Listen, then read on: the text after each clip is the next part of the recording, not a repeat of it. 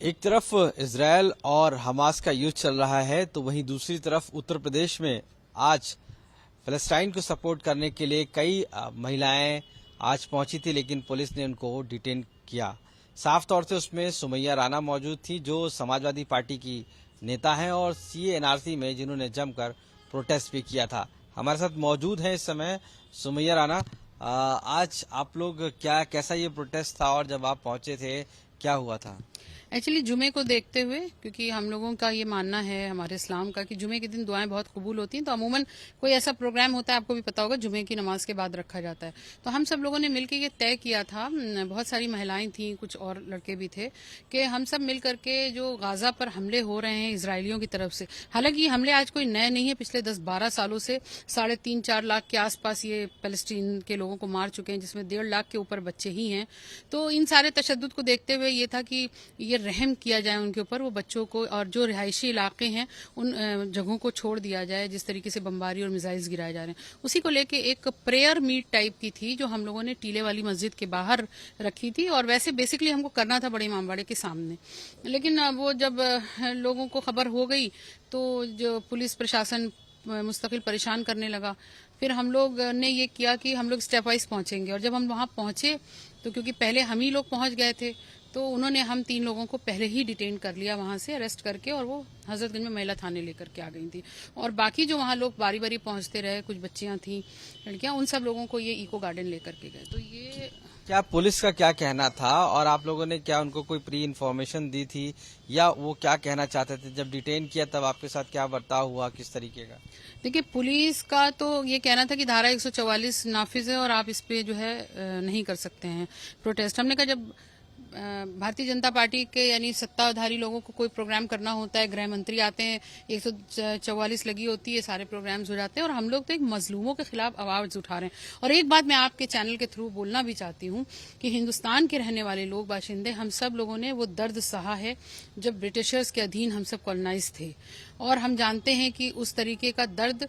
हम लोग महसूस कर सकते हैं। तो आज जब पैलेस्टीन किस तरीके से उनका दर्द सह रहा है, कैद है, उनकी चंगुल में है, और उसको आजाद कराने के लिए मस्जिद अल अक्सा को एक लड़ाई लड़ रहा है, तो हम शांतिपूर्वक एक सिंबॉलिक तरीके से अगर हम उनके लिए आवाज उठा रहे थे, तो पुलिस प्रशासन का ये रवैया होगा, खींच के गाड़ी में भरना, फिर ये बताना नहीं, घर वालों को फोन नहीं करना, घर वाले परेशान हो रहे हैं, घर की महिलाएं बाहर थी, कम से कम हमने कहा आप फोन ले लीजिए, लेकिन आप कॉल कर दीजिए, लेकिन पुलिस प्रशासन की जो बर्बरता थी वो बहुत ज्यादा थी, और उन्होंने कहीं पर भी सपोर्ट नहीं किया। आप कितने लोग थे और क्या इसका पूरा कैसे आपने एक गैदर किया था इन लोगों को, और क्या सिर्फ जो नमाज पढ़ने वाले थे लोग वहां, उसके बाद वो इकट्ठा होते, आप लोगों ने किस तरीके का ये एक प्लान था? वो यही था कि हम सब लोग बैठेंगे, तकरीबन 400-450 महिलाएं और कुछ लड़के थे, और फिर ये था कि जब हम वहां पर बैठे होंगे और हमारे पास बोर्ड्स होंगे और फ्लैग्स होंगे पैलेस्टीन को सपोर्ट करने के लिए, तो वहां पे जो मस्जिदों से लोग निकलेंगे वो भी उस प्रेयर में हम लोगों की प्रेयर के साथ शामिल होंगे। लेकिन वो नौबत ही नहीं आई क्योंकि हम सब, जब हम 3 लोग थे, मुबीना, मैं और उज़मा, वहां पर उन्होंने, जबकि मैं उस वक्त में ब्लैक बुर्के में गई थी इसलिए कि वो पहचानने ना पाए, क्योंकि मेरे घर में ऑलरेडी पहले से कल से पुलिस लगी हुई थी, तो हमको छुप के जाना पड़ा। और लेकिन पुलिस को तो यह है कि पता ही चल जाता है, उन्होंने फौरन डिटेन कर लिया, और वो उनका मकसद ही यही होता है कि आप किसी भी किस्म की आवाज ना उठाने पाए, ना तो आप देश के मुद्दों पर उठाएं आवाज और ना विदेश के मुद्दों पर। आपको क्या लगता है जो इजरायल और हमास का युद्ध चल रहा है उसमें क्या सही है और क्या गलत है आप लोगों के? मैंने आपको अभी थोड़ी देर पहले बताया कि पिछले 10-12 सालों में आधिकारिक तौर पर ऑफिशियली 3.5 लाख के ऊपर पैलेस्टीन के बच्चे, औरतें, बुजुर्ग मारे जा चुके हैं, नागरिक जो वहां के रहने वाले, जिनका कोई कसूर नहीं है। तो इस हालात में हमास के एक हमले के ऊपर इतना बड़ा हंगामा बवाल मचाना, और आप समझ सकते हैं हमारे देश की बहुसंख्यक आबादी ने एक लड़ाई लड़ी है मस्जिद जो बाबरी मस्जिद जिसको हम लोग कहते हैं, उस जगह पर मंदिर साबित करने के लिए, और पूरे देश ने, किसी भी धर्म वर्ग के लोगों, उन्होंने खुल करके उसका स्वागत किया, उस फैसले का। आप ये दर्द जानते होंगे, यहाँ की बहुसंख्यक आबादी इस दर्द को जानती होगी। आज मस्जिद अल अक्सा आलम इस्लाम की पहली मस्जिद है, यानी दुनिया में जब से इस्लाम आया पहली मस्जिद अल अक्सा है। अगर हम उसको उनके चंगुल से रिहा कराना चाहते हैं और उसकी लड़ाई लड़ रहे हैं, तो हम